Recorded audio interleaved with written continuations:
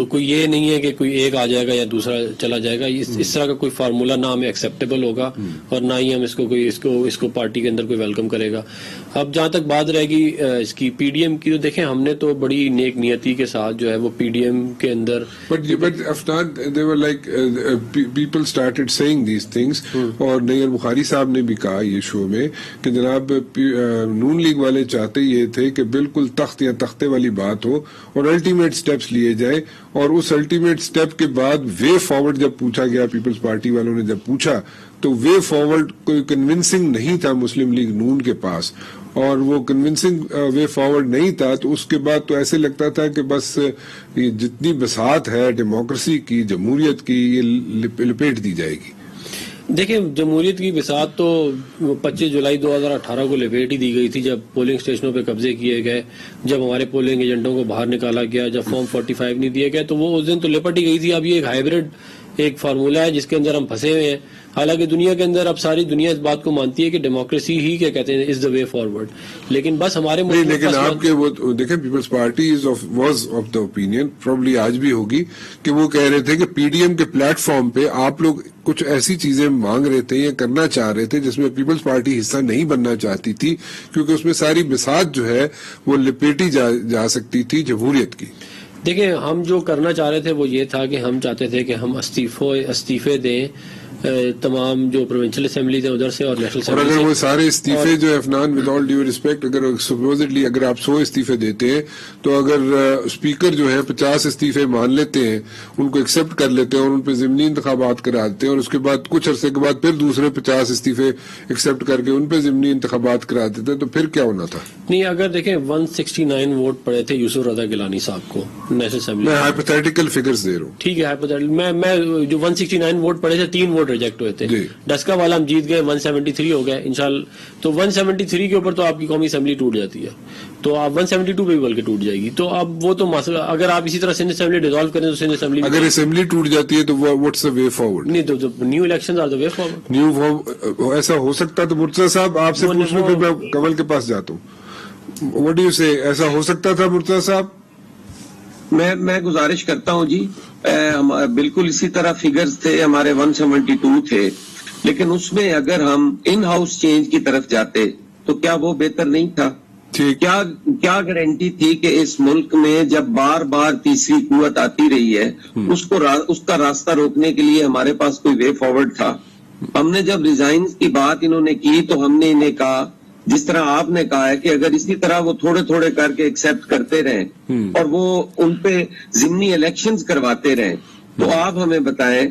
اور ہمارے پاس فرض کرو 100 سیٹ ہے، ہم نے 100 سیٹ پہ کنٹیسٹ کرنا ہے، تو 100 میں سے ہم کچھ ہاریں گے، ہم 101 تو نہیں لے سکتے، ہم 99 لے سکتے ہیں. تو ہم اپنی حیثیت اور حجم کم کرتے جائیں گے. ہمیں ریزائنز نہیں کرنے چاہیے، ہمیں ان ہاؤس چینج کی کوشش کر لینی چاہیے. وہ ہمیں قومی اسمبلی میں بھی کرنی چاہیے، وہ ہمیں پنجاب میں بھی کرنی چاہیے، وہ ہمیں اسپیکر کے لیے بھی کرنی چاہیے. اور وہ یہ بھی ہم نے نہیں کہا کہ آپ ڈائریکٹلی جو ہے وہ کر دیں. جب سینٹ کا الیکشن ہم لڑنے جا رہے تھے تو ہمیں سارے کہتے تھے کہ ہمارے پاس فگرز پورے نہیں ہیں. تو ہم نے کہا کہ یار فگرز تو اب پورے ہو گئے ہیں سینٹ کے ریزلٹ کے بعد، تو اب آپ آ جائیں. لیکن وہ حالات نہ بنے. میں نہیں چاہتا کہ کوئی ایسی بات ہو جس پہ کوئی متنازع ہو، کیونکہ ہم اب بھی تلخیاں کم کرنا چاہتے ہیں. میں ایک بحیثیت سیاسی کارکن میں یہ سمجھتا ہوں کہ اس وقت جو ملک کی سب سے ضرورت ہے وہ ایک متحدہ اپوزیشن کی ضرورت ہے. نہیں تو آپ لوگوں کی مطلب کہ آصف زرداری صاحب نے تو مرتضی صاحب یہ بھی کہا تھا کہ جناب نواز شریف صاحب واپس آئے تو پھر جیسے کہتے ہیں کر لیتے. تو آپ انہوں نے جس حالات میں وہ بات کی تھی وہ بھی ساروں کو پتہ ہے جی. انہوں نے جس سیاق و سباق کے ساتھ وہ بات کی تھی، ہم نے تو ایک جملہ پکڑ لیا نا کہ انہوں نے کہا کہ میاں صاحب واپس آئے. ہمارا کبھی بھی یہ مطالبہ نہیں تھا، لیکن وہ جو حالات بنے، جو سیاق و سباق بنے، اس کے مطابق وہ کہہ دیا. اور میں سمجھتا ہوں کہ ہمیں نرمی کرنی چاہیے تھی. اس پہ بھی ہماری قیادت کو بھی چاہیے تھا وہ تحمل مزاجی کرتے اور ان کو ساتھ مزید لے کر چلتے. اور آصف علی زرداری صاحب سے یہ توقع کی جا سکتی ہے کہ وہ سخت سے سخت حالات میں بھی بڑے نرم اور بڑے دھیمے لہجے میں اور وہ بات کرنے والے آدمی ہیں. تو یہ ساری چیزیں ان کے ساتھ ہیں, لیکن آپ دیکھیں کہ کتنے اریٹیٹ ہوئے ہوں گے جب انہوں نے یہ بات کی ہوگی. ٹھیک, ایک بریک, اور بریک کے بعد واپس آتے ہیں جی. ویلکم بیک جی. کنول بی بی, ڈو یو تھنک کہ جیسے کہ کہہ رہے ہیں جناب حسن مرتضیٰ صاحب کہ ہی اسٹل وانٹس کہ پیچ اپ ہو جائے اور پھر جناب یہ بیٹھ جائے پی ڈی ایم کے پلیٹ فارم میں, اور پھر جا کے جناب under the umbrella of P D M یہ لوگ بیٹھ جائیں اور پھر کام شروع ہو جائے. Do you see that happening Kanwal بی بی؟ اتنے اچھے اسٹیٹسٹکس بتائے عفنان صاحب نے کہ اوہو جی 169 ہمیں ووٹ پڑے, 3 ریجیکٹ ہوئے, ہم تو جی پوری نئی اسمبلی توڑ سکتے تھے. تو میں کیونکہ پولنگ ایجنٹ تھی اس الیکشن میں اور وہاں پاس کھڑی ہوئی تھی, میں نے یاد کرا دوں کہ ان کی جو خاتون سیٹ والی خاتون جو تھی وہاں پہ کینڈیڈیٹ, ان کی نسبت ہماری جو کینڈیڈیٹ تھی ان کو 174 ووٹ پڑے, 76 پڑے تھے, 2 ریجیکٹ ہوئے تھے اور 174 ان کے ایکسپٹ ہوئے تھے. تو 176 اس وقت بھی پی ٹی آئی کی خاتون جو ہے وہ لے گئی تھی. آپ کیسے اسمبلی توڑتے؟ دوسری بات یہ ہے کہ 178 کا جس دن پرائم منسٹر نے ووٹ آف کانفیڈنس لیا, تو اگر آپ میں کانفیڈنس تھا دونوں جماعتوں میں تو بیٹھتے اور ان ممبرز کو بلاتے, اپنے ساتھ بٹھاتے کہ آؤ جنہوں نے حفیظ شیخ کی بجائے جا کے گیلانی صاحب کو ووٹ دیا, آؤ ہمارے ساتھ بیٹھو, تاکہ ہم وہاں پہ ووٹ آف کانفیڈنس نہ آنے دیں. دوسری بات صرف سن لیجیے, یہ ایک مکمکہ شو تھا. پیپلز پارٹی نے ڈیلیبریٹلی ساری جماعتوں کو آگے لگایا اور اپنے مقاصد حاصل کیے, ووٹ لے لیے جیسے بھی بہلا پھسلا کے, اور جس وقت انہوں نے وہ گنڈیریاں نرم نرم تازی چوس لی تو اس کے بعد چھلکوں کی طرح پھینک دی. مریم بی بی کا پرابلم یہ ہے کہ وہ کیونکہ پارلیمانی لیڈرشپ نہیں ہے اور نہ وہ دور اندیش ہے, وہ صرف یہ چاہتی تھی کیونکہ سسٹم سے ان کا کوئی لینا دینا نہیں, وہ اس سسٹم کی سٹیک ہولڈر نہیں ہے, تو وہ ہمیشہ چاہتی تھی کہ سسٹم لپیٹا جائے, وہ اور ان کے والد صاحب, اور میرا کسی طرح میں ریلیونٹ ہو جاؤں, 10 سال بعد میں آ کے دوبارہ لیڈر بن جاؤں گی. پیپلز پارٹی نے بڑے طریقے سے, کیونکہ پیچھے بیٹھے ہوئے تھے زرداری صاحب, بڑے طریقے سے انہوں نے ان کو سب کو اپنے طریقے سے انہی کی بانسری بجا بجا کے ان سے ووٹ لے کے پھر ان کو بتا دیا کہ ہم نے اسمبلی میں ہی بیٹھنا ہے, اور جیسے ہی ووٹ لے لیے سب کچھ ہو گیا تو بلاول صاحب کے سارے بیانات شہباز شریف صاحب اور حمزہ شہباز کے حق میں آنے شروع ہو گئے, اور انہوں نے کہا جی ہم ان کے حصے میں وزن ڈالنے لگے. مریم بی بی اب جو ان سے لینا تھا وہ لے لیا, مولانا سے جو لینا تھا لے لیا. تو یہ پی ڈی ایم کا جو آگے اتحاد ہے وہ مجھے تو نظر نہیں آ رہا, اس لیے کہ جب نظریہ ضرورت کے تحت کوئی مکمکہ ہوتا ہے, اتحاد بین المجرمین ہوتا ہے, وہ زیادہ عرصہ نہیں چلتا, اسی طرح ہی اس کی آخرت. ٹھیک ہے حسن صاحب, تسی کوئی چیز ایڈ کرنا چاہ رہے سو؟